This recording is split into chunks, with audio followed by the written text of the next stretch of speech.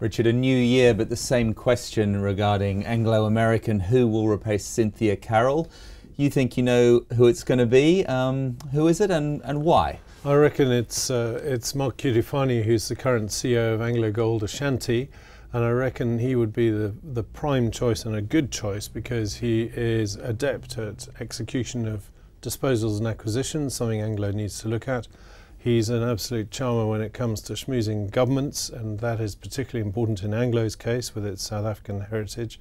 And I also think that he's just got the mining experience. He's an Australian miner, and he's also been around the houses a bit. He's worked at Vale, the Brazilian iron ore miner, and latterly, of course, at the multinational Anglo Ashanti. And what would be the top three things he would need to do if he got the job when he sits down for the first time? For starters, he needs to make a call on Anglo's over-budget, over-time, long-delayed, bureaucratically held up Minas Rio iron ore project, which is a mine plus a pipeline to pump iron ore slurry to the coast. This is now going to cost $8 billion. The last time we looked, it was going to cost $5.8 billion. It's just in a real mess. So I think Sir John Parker, the chairman of Anglo, was proud of the fact that he was helping to make the right capex decisions. Now is the time for Mark Cutifani or whoever it is to say, do we cut this and quit, or do we carry on and take it to conclusion? So that's one. The other is Anglo Platinum, which is an underperforming platinum business only in South Africa.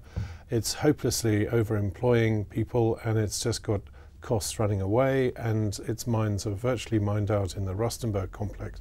So does it sell it? Probably not. Value destructive. Does it unbundle it? Well, hard to say. Not going to get any premium there, but something needs to happen, and this is where government skills are going to be really useful. And of course the share price may move one way or the other. Is there any sense that this candidate has been discounted in the share price yet? I think it's probably largely priced in. I mean, the field has been relatively narrow from the outset. There are very few people who pull together all the qualities needed. And I think that, in fact, Cutifani probably see a little bit of a pop when it's announced, perhaps as early as this week.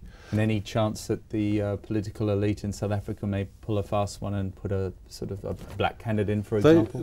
The PIC, which is Anglo's biggest shareholder in Pretoria, would love to see a black candidate. They keep mentioning Phuthuma Nhleko, who is already a main board director of Anglo. But what's certain, I think, is that Cutifani would bring together the right degree of commitment to South African values, and he's also been quite adept at downsizing his own gold business in South Africa. So he seems to have the diplomatic and government and execution skills it takes, and those are going to be key for Anglo. Well, notwithstanding which way the cycle goes, it would be a very exciting position to take at Anglo, because it's all upside really, isn't it? Thanks very much, Richard.